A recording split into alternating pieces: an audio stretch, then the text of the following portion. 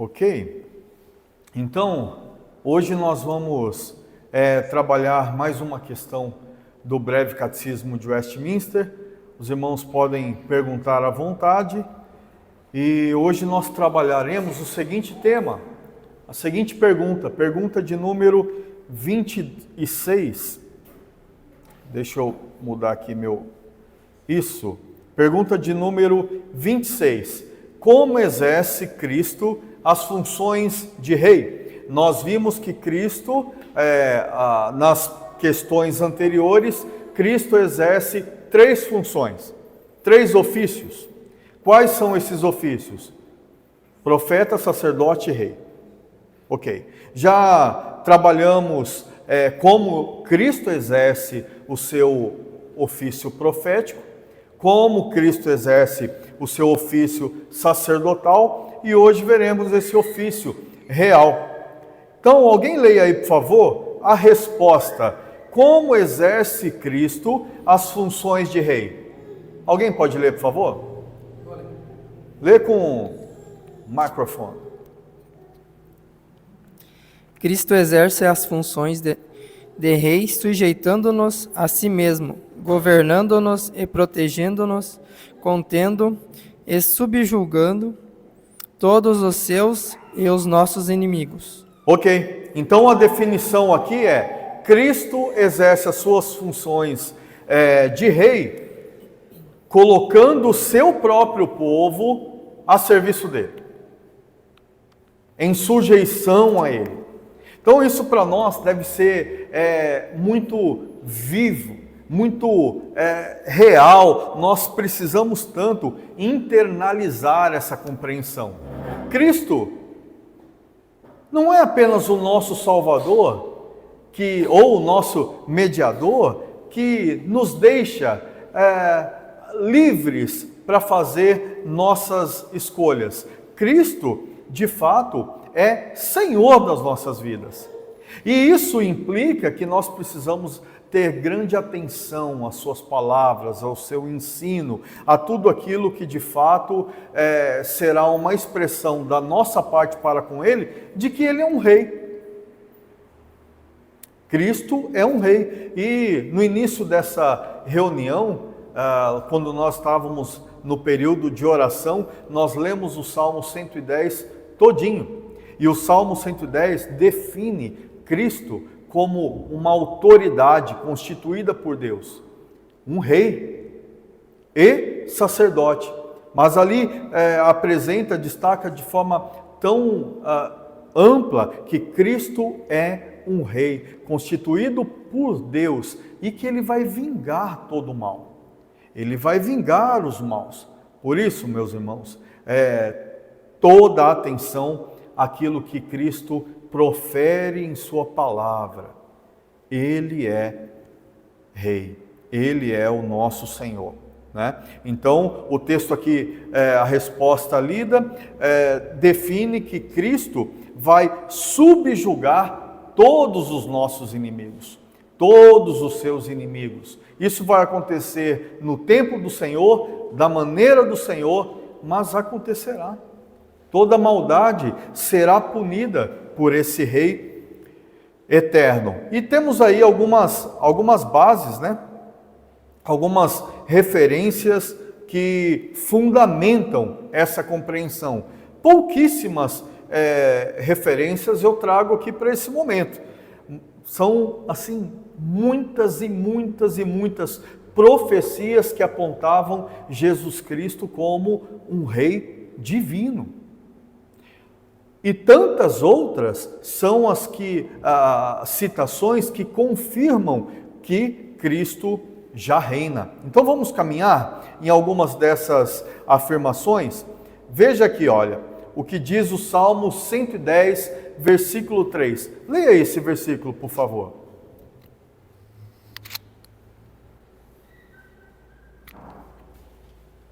Quem está com o microfoninho aí, passa para ler rapidinho. Está na tela o versículo aqui, ó. Não está? Não está? Ah, porque aqui para mim já está. Está procurando. Então vamos lá. Quando eu esquecer aqui, vocês me cobrem, que eu estou controlando os dois. Ok, Salmo 110, 3. Apresenta-se-á voluntariamente o teu povo, no dia do teu poder, com santos ornamentos, como o orvalho emergindo da aurora, serão os teus jovens. Olha aqui que essa é uma expressão tão clara de que essa autoridade, nós obviamente entendemos que é Cristo, ele tem um povo. Ele tem um povo específico. E ele vai ser glorificado com a adoração dos seus súditos. Meus irmãos, no tempo do Senhor, nós desfrutaremos de um reino perfeito, completo, completamente além do que nós conhecemos na história humana como um rei, uma autoridade, um governante, seja quem for, seja de que linha de governo for. Cristo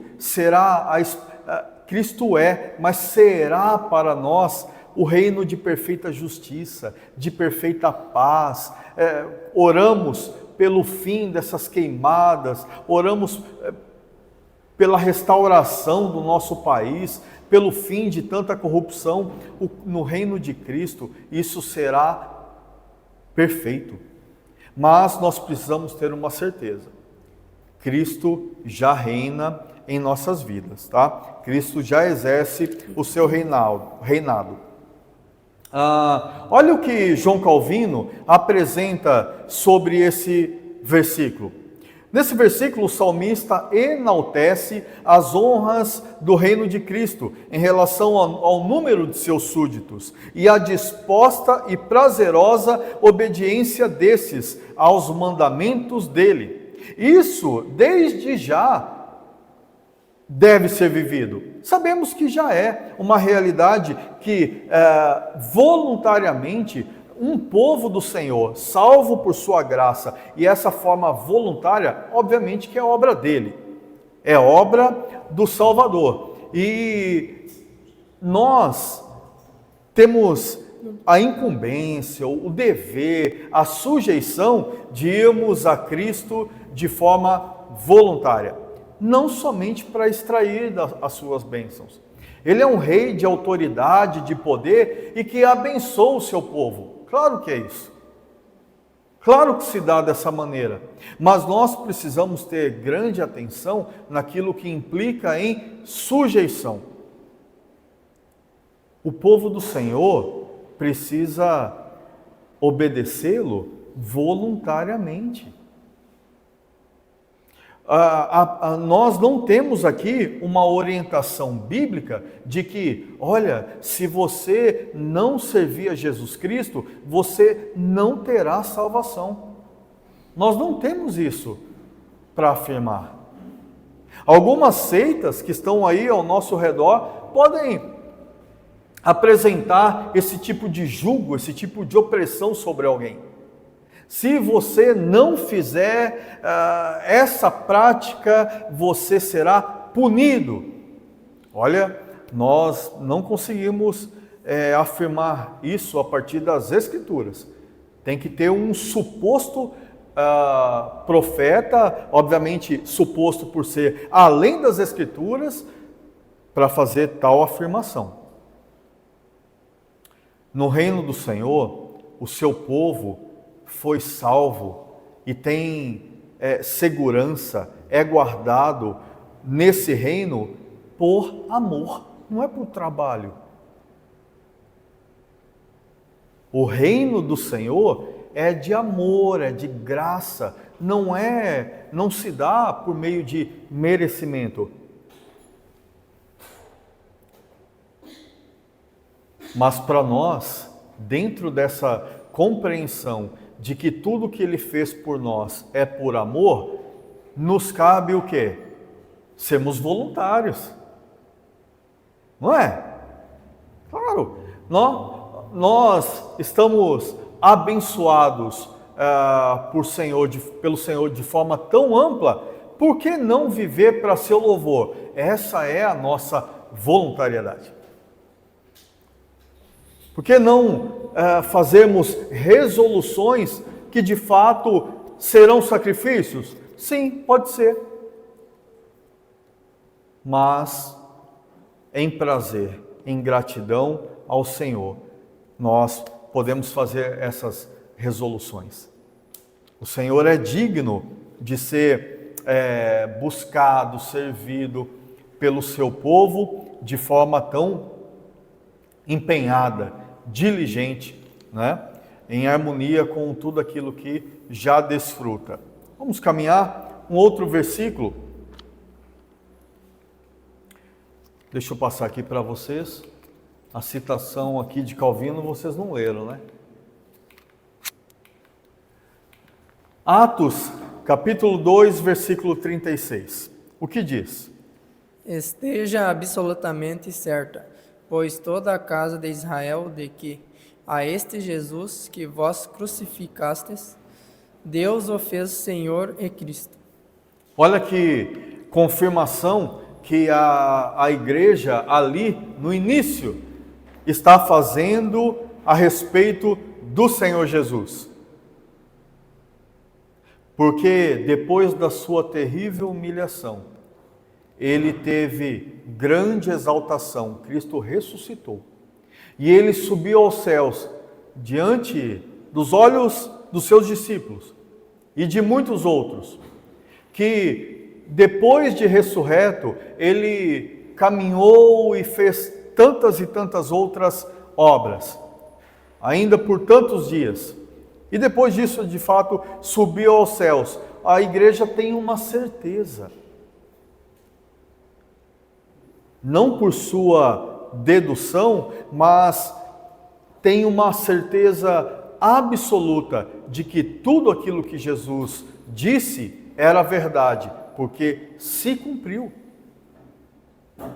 E aí Cristo, que triunfou do poder da morte, ele mesmo afirmou em Mateus capítulo 28, versículo 18, é o texto que está aqui: toda autoridade me foi dada no céu e na terra. Jesus Cristo como Rei, irmãos, ele tem autoridade sobre tudo o que há. Nada está para impedir o Senhor, tudo está para lhe obedecer, né? E aí, aqui um comentário de um teólogo chamado Simon Kistemaker, que diz, né? O versículo indica que o próprio Deus concedeu esses títulos a Jesus. E ainda, antes de ter ascendido ao céu, Jesus revelou sua posição real. Então, essa condição que Cristo adquiriu é o que nós chamamos de os méritos de Cristo. Ele foi fiel em todo o tempo. E aí o Senhor deu aquilo que havia sido prometido, que era autoridade, governo. Vamos caminhar. Alguma dúvida, pessoal?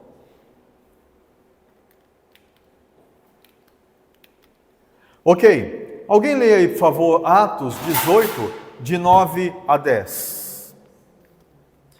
Teve Paulo, durante a noite, uma visão em que o Senhor lhe disse: não temas, pelo contrário, fala e não te cales, porquanto eu estou contigo, e ninguém ousará fazer-te mal, pois tenho muito povo nesta cidade. O que esse versículo está trazendo assim de harmonia com o reinado de Cristo? O que vocês acham?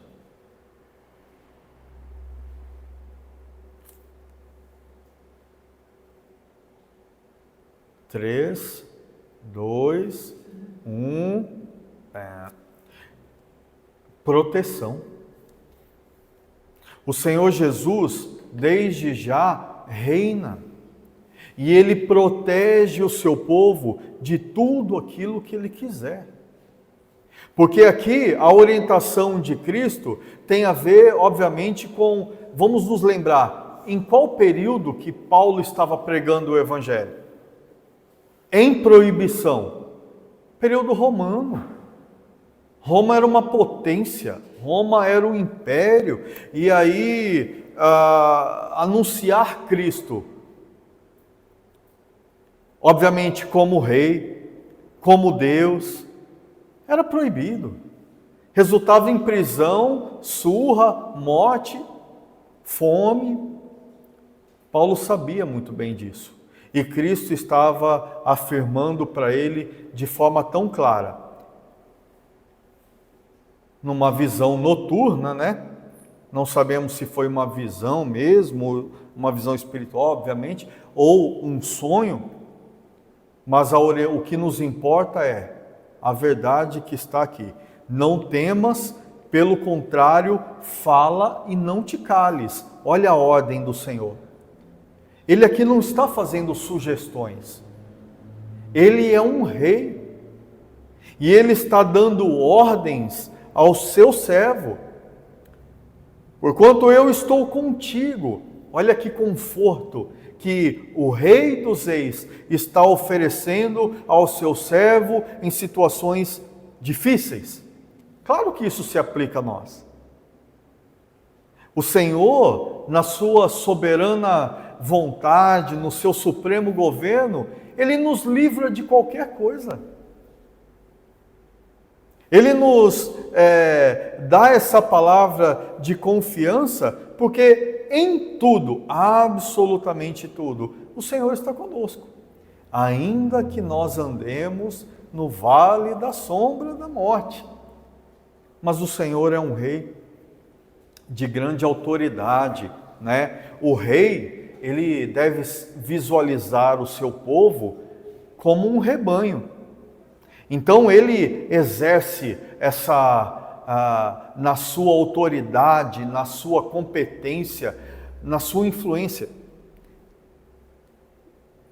o pastoreio, o cuidado para que os seus sejam protegidos das ameaças dos predadores, que sejam conduzidos a um local de descanso, que sejam protegidos em locais e situações de risco.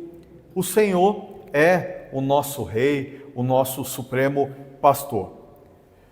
Caminhando, Isaías, um texto clássico, um texto muito voltado aí para o reinado de Cristo em nossas vidas, né? Isaías capítulo 9, versículos de 6 a 7. Alguém lê, por favor. Porque um menino nos nasceu, um filho se nos deu. O governo está sobre os seus ombros, e o seu nome será maravilhoso, conselheiro, Deus forte, Pai da eternidade, o príncipe da paz. Para que se aumente seu governo e venha a paz sem fim sobre o trono de Davi e sobre o seu reino, para o estabelecer e o firmar mediante o juízo e a justiça, desde agora para sempre. O zelo do Senhor dos exércitos fará isto. Olha que profecia linda sobre o reinado de Cristo, sobre as suas virtudes, as suas qualidades como rei e o que ele fará, como será, né? No versículo 6 está aí destacado, né? O que esse versículo, meus irmãos, nos traz sobre Cristo como rei? Pode falar.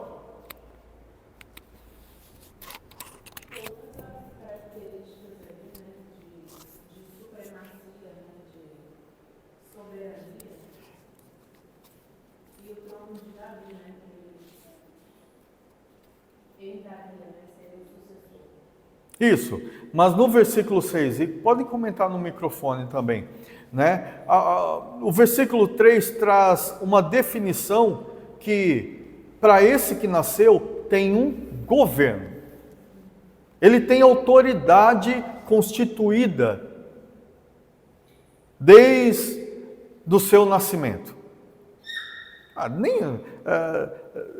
Fraco falar desde o seu nascimento. Ele tem autoridade constituída desde a eternidade. Foi estabelecido. Isso aqui é resultado de um pacto. Isso aqui é resultado de uma definição que a Trindade fez sobre o Filho. Esse menino que nos nasceu, né? Que se chama Jesus. E as características dele, né? Maravilhoso conselheiro. Ele é um rei que é divino.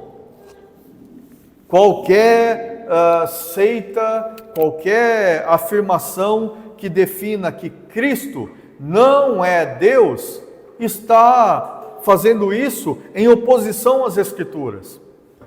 Ele é Deus, e tem uma característica: ele é Deus forte, ele é Pai da eternidade, ele é atemporal, ele é sublime, ele está acima do tempo, ele não é um rei que herda um reinado humano, ele é o rei que herda um reinado divino. Ele é um príncipe, ele é o príncipe da paz. No versículo 7, o seu governo será ampliado, será estendido, ou seja, ele vai receber méritos, ele será recompensado. Mas o texto também nos fala que sobre esse que tem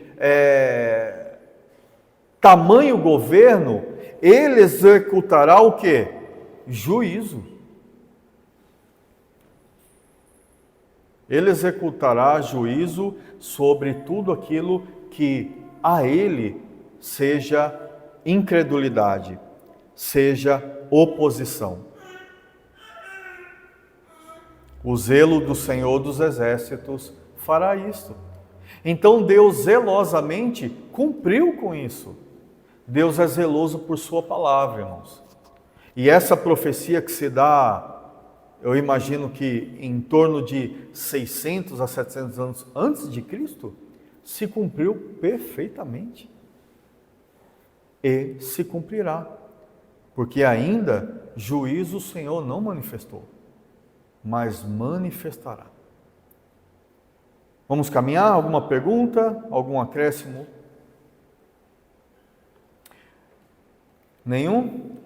1 Coríntios, capítulo 15, versículos 26 e 27, é mais um texto que embasa essa compreensão sobre Cristo como Rei. O último inimigo a ser destruído é a morte, porque todas as coisas sujeitou debaixo dos pés. E quando diz que todas as coisas lhe estão sujeitas, certamente exclui aquilo que tudo lhe subordinou. Ou seja, sobre Jesus Cristo, em Cristo está toda a autoridade, conforme ele mesmo afirmou em Mateus 28. Ele tem governo pleno sobre todas as coisas. Nós vemos zombarias a respeito do nome dele em andamento? Vemos. Não quer dizer que ele não esteja cuidando. Não quer dizer que ele tem uma mentalidade que se cresce, que se fortalece em oposição a Cristo de forma intencional. Tem. Isso não quer dizer que Cristo não esteja governando. Vai chegar o tempo em que tudo isso será muito bem esclarecido. E certamente isso será por meio de juízo.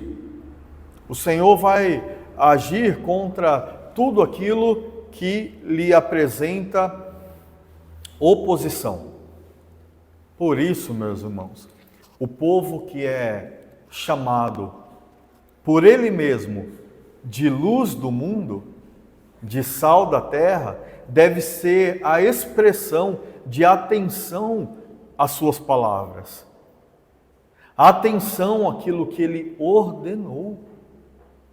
Eu não sei de nada que Cristo ordenou. Eu só sei que ele morreu em favor de todos e que ele é bom. Se alguém vive dessa forma, essa pessoa está expressando claramente que os mandamentos, a palavra de Jesus Cristo, para ela é desinteressante. É algo muito distante. Quem vai expressar amor ao seu rei, quem vai expressar as graças desse rei, quem vai expressar sujeição ao seu rei, é o seu povo. Aqueles que ele, de forma tão poderosa, tão graciosa, separou, é que desfrutarão, que devem testemunhar o que é desfrutado. Nós precisamos, de fato, nós temos um dever diante do nosso Deus, do nosso Senhor, do nosso Salvador, que é atenção às suas palavras. Ele, como rei de suprema autoridade, disse: céus e terra passarão, mas as minhas palavras não. Portanto, irmãos, ainda que no nosso tempo a espera de Cristo já não tenha tanta atenção, isso não se dá porque as coisas mudaram, porque o Senhor mudou os seus planos. Isso se dá porque o homem é terrivelmente inclinado para o mal. E nós, em contato com a palavra continuamente, precisamos sempre sermos moldados, renovados por aquilo que estamos conhecendo, absorvendo. Nós não podemos de maneira alguma nos modelarmos para baixo naquilo que é uma cultura caída e que expressa muitíssimo de um império de morte, de maldades, enfim, de pecado. Nós, como povo do Senhor, devemos de fato estar tão atentos com aquilo que glorifica o nosso Rei, que honra o nosso Rei. Vamos ver agora alguns textos que definem. Deixa eu mudar aqui para vocês. O reinado de Cristo presente agora.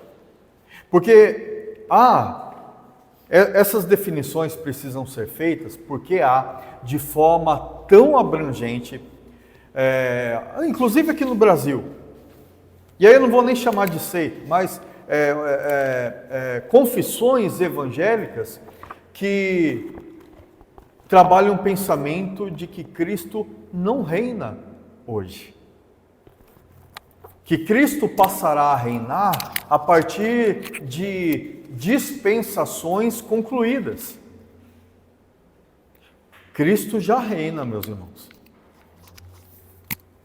Cristo já reina porque se Ele não estivesse exercendo o seu poder, a sua autoridade e a sua graça sobre um povo já confiado a Ele, separado a Ele, nós não teríamos sido livres de um império opositor. Quando falamos de liberdade de um império opositor, vocês pensam em quê? O que seria isso? Abre Colossenses 1,13, por favor.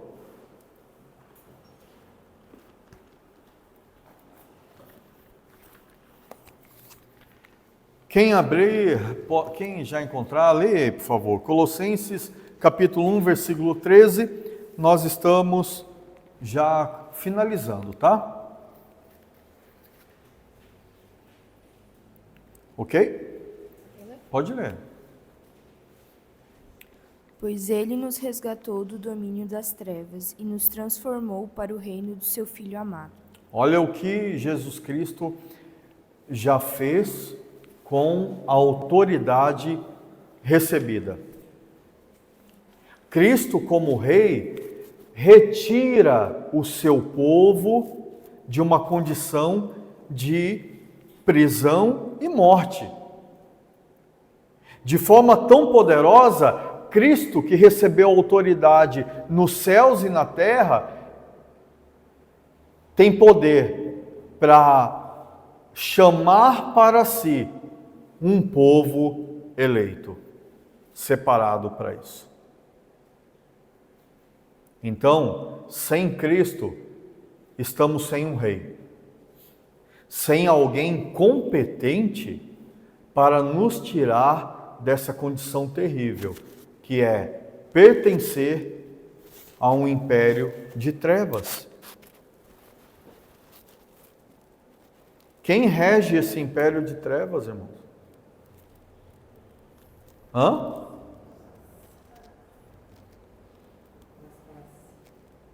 Então, assim, veja a grandeza e a supremacia de Cristo em todas as coisas.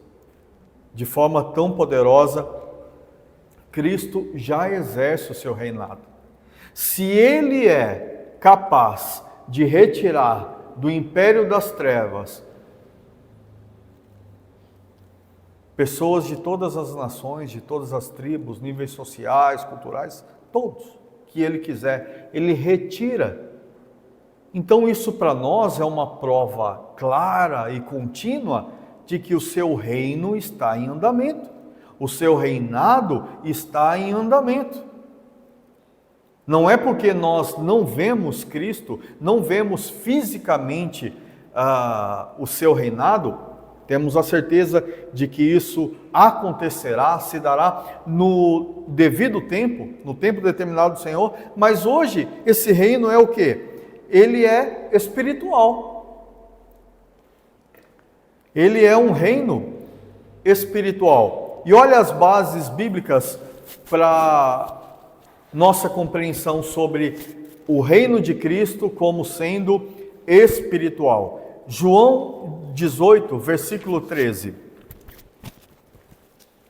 Quem abrir já pode ler no microfone, por favor.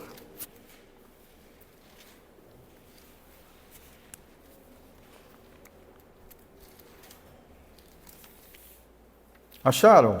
João capítulo 18, versículo 13.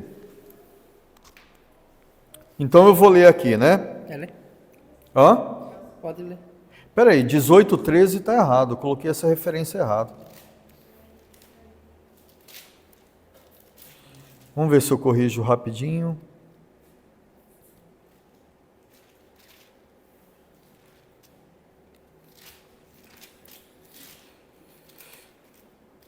E eu ainda li o versículo, mas eu coloquei a referência de forma incorreta.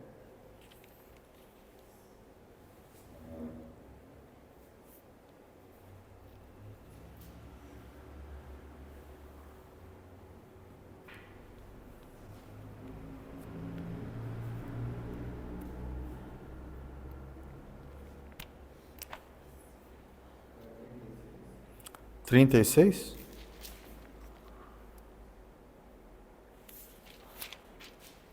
Isso, é exatamente esse.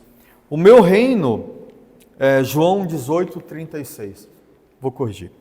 O meu reino não é deste mundo. Se o meu reino fosse deste mundo, os meus ministros se empenhariam por mim, para que não fosse eu entregue aos judeus. Mas agora o meu reino não é daqui. Ponto. Temos duas definições aqui.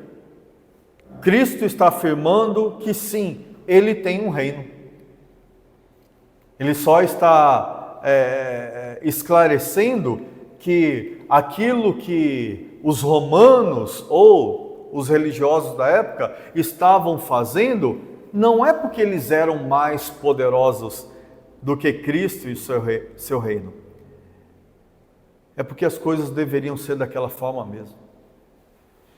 Mas que verdadeiramente Cristo é rei de um reino e ele tem poder, como bem dito aqui, ele poderia ter aniquilado, né, com toda aquela opressão que ele estava vivendo naqueles dias. Mas ele afirma: o meu reino não é daqui. E aí ele fala dos ministros desse reino, né? Esses ministros, desde já, são espirituais. Não são pessoas que nascem em algum país. O reino do Senhor, desde já, ele se dá perfeitamente no mundo espiritual e, obviamente, com poder, autoridade para reger o mundo físico. E Lucas 17:20, espero que essa referência também tenha anotado de forma correta.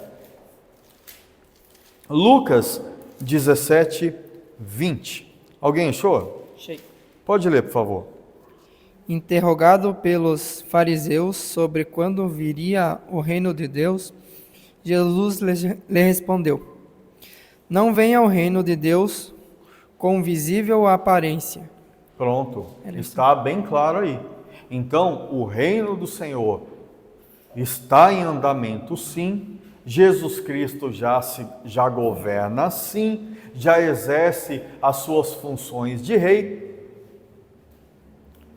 em um reino invisível. Você está lá na sua escola, no seu trabalho, na sua casa, fazendo aquilo que é da sua rotina lá. E Cristo está reinando a sua vida. Você crê assim? É assim que é. Cristo está acompanhando o seu povo. E por último, irmãos, concluímos aqui, o reino do Senhor é um reino eterno. Tudo foi criado e é sustentado por meio de Cristo. A palavra do Senhor nos apresenta isso. E aí o texto de Daniel 2,44, mas eu vou pedir para que alguém já abra, 2 Pedro 1,11. Daniel 2,44, aquela profecia onde Cristo, um reino é anunciado, e esse reino, ele destrói com os demais reinos da terra. Ele acaba com tudo. E a afirmação que Daniel fez a respeito do reinado que nós entendemos hoje ser de Cristo, é que isso seria para sempre. E olha que Deus deu essa visão, essa compreensão para Daniel em um período que o seu próprio povo estava cativo em um outro reino, em um império babilônico. Olha que coisa. O Senhor estava fazendo isso com o seu povo porque Ele é um rei de suprema autoridade e disciplina até os que ama. 2 Pedro 1,11. Pois desta maneira é que lhe será amplamente suprida a entrada no reino eterno do nosso Senhor e Salvador Jesus Cristo. Então, aqui o apóstolo Pedro está deixando claríssimo que Cristo é rei e que o seu reino é eterno. Nada vai enfraquecer, atrapalhar, que a sua soberana vontade, que a sua autoridade seja realizada. Irmãos, vamos pensar um pouquinho aqui no plano de salvação dentro desse conteúdo, de forma tão breve. Se Cristo é um rei, de tamanha autoridade, qual é o homem que não cumprirá com o seu querer? Pensa que Cristo é um Salvador, certo? Ele é o Salvador, e o texto nos apresenta que em si ele exerce as três funções, os três ofícios. Ele comunica a palavra que é eterna, ele faz mediação dos homens para Deus, sendo o sacrifício e o que entrega o sacrifício, que é o sacerdote, de forma tão sublime, o sumo sacerdote, e ele é também o rei. Tudo isso está completamente atrelado em salvação, correto? Cristo veio ao mundo para quê? Para destruir o partido de esquerda? Para fortalecer o partido de direita? Não tem nada a ver. Cristo veio para salvar o homem do poder do pecado e da morte. E ele, de forma tão humilde, paga o preço por isso, e agora, de forma tão gloriosa, ele recebe os méritos de tudo isso. Sabia que você faz parte dos méritos de Cristo? Sabia? Às vezes, dentro do nosso contexto, a família pode não ser tão alegre com a tua vida. Você pode viver uma rejeição aqui, no trabalho, na escola, seja onde for. Isso é coisa da vida, do mundo caído. De alguma forma e de algum momento, podemos ser rejeitados. Experimentar, né, esse sabor amargo que é o descaso, a indiferença, a rejeição. A gente passa por isso. Quem nunca? Não é verdade? Quem nunca? Louvado seja Deus que hoje nós temos perdão para retribuir. Nós não temos vingança nenhuma a apresentar àqueles que em algum momento nos humilharam, nos rejeitaram. Desfrutamos de uma nova vida. Mas eu quero que a atenção esteja aqui nessa suprema autoridade de Cristo em fazer com que um Daniel, um Gelson, um Vilmar, e todos que estão aqui, fossem por Ele resgatados, acolhidos, protegidos, investidos, irmãos, na perfeição da palavra, amados. Então, nós não somos um resto que Cristo recebeu. Olha o tamanho da eleição. Olha o tamanho da graça salvadora. O Rei Supremo separou a mim e a você no meio de uma multidão.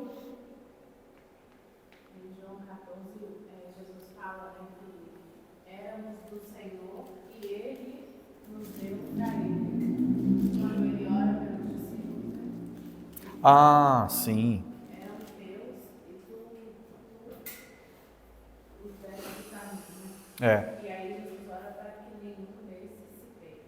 Porque ele estava indo, mas os discípulos iam ficando, né? O que a Rafa falou é que João 17, na oração de Jesus, né, quando ele ora ao Pai por si e pelos seus, ele está apresentando de fato essa separação eterna e que o Pai lhe confia.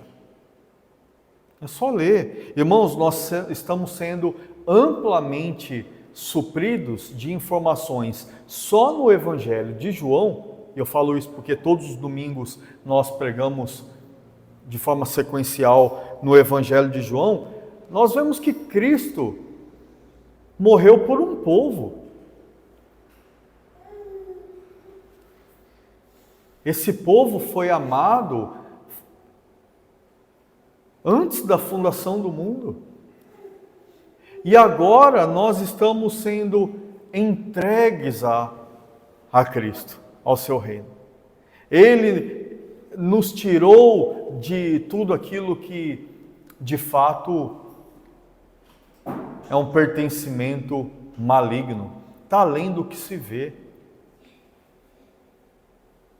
Pertencer ao maligno está além de sexo, violência, corrupção. Pertencer ao maligno está em uma condição de incredulidade a Cristo. Ponto final. Os que creem guardam seus mandamentos, os seguem. Então veja que você é alguém que foi acolhido, chamado, separado pelo Rei dos Reis. Temos informação nessa noite para sermos tão atentos com as palavras de Jesus daqui para frente, e isso já é uma aplicação. O último versículo, aplicando esse texto, esse estudo, melhor dizendo, né? Aquele que tem os meus mandamentos, aquele que tem os meus mandamentos e os guarda, esse é o que me ama, e aquele que me ama será amado de meu Pai, e eu o amarei e me manifestarei a ele. Consegue ver a dinâmica do reino do Senhor? É amor. A Trindade, no seu plano supremo de salvação, fez todo esse movimento, não é porque errou em alguma coisa. Agora algum de nós aqui tem que morrer, né, por esse povo. Não tem nada de consequência. Houve um plano de salvação antes de haver mundo. Então, a dinâmica é, vamos externar o nosso amor. E Deus amplia, cria uma outra palavra, Deus estende o seu amor a um povo criado, e dentro desse povo criado, Ele salva por meio do Filho eterno. Então, o que deve nos levar a uma atenção a esse reino do Senhor? É o amor. Quanto mais nós compreendemos do amor do Senhor, quanto mais absorvemos de sua revelação, mais somos convencidos do quanto Ele nos amou gratuitamente. Então, como que eu vou agir com Ele agora? Eu vou amá-lo. Eu vou guardar os seus mandamentos. Cristo aqui está definindo quem ama a Deus. Você conhece pessoas que afirmam que amam a Deus nessa vida? Muitos. Faça a leitura. Ama a sua palavra? Está atento com aquilo que Ele disse? Está atento? Não, eu não vou fazer isso porque Cristo já me orientou para não viver assim. Tem um zelo. Então, meus irmãos, nós precisamos tanto de atenção à palavra do Senhor, porque Ele aqui revela o seu amor por nós. Ele revela o que espera do seu povo, e aqui Ele revela o que Ele fará com aqueles que não são seu povo. Portanto, façamos toda a correção necessária. Hoje, exatamente hoje, concluindo esse estudo, faça resoluções por Cristo.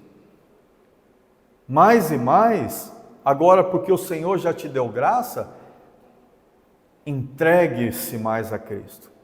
Valorize, ame muito tudo aquilo que representa Cristo e o seu reino. Eu vou fazer uma observação. A igreja do Senhor faz parte disso. A missão da igreja, tudo aquilo que envolve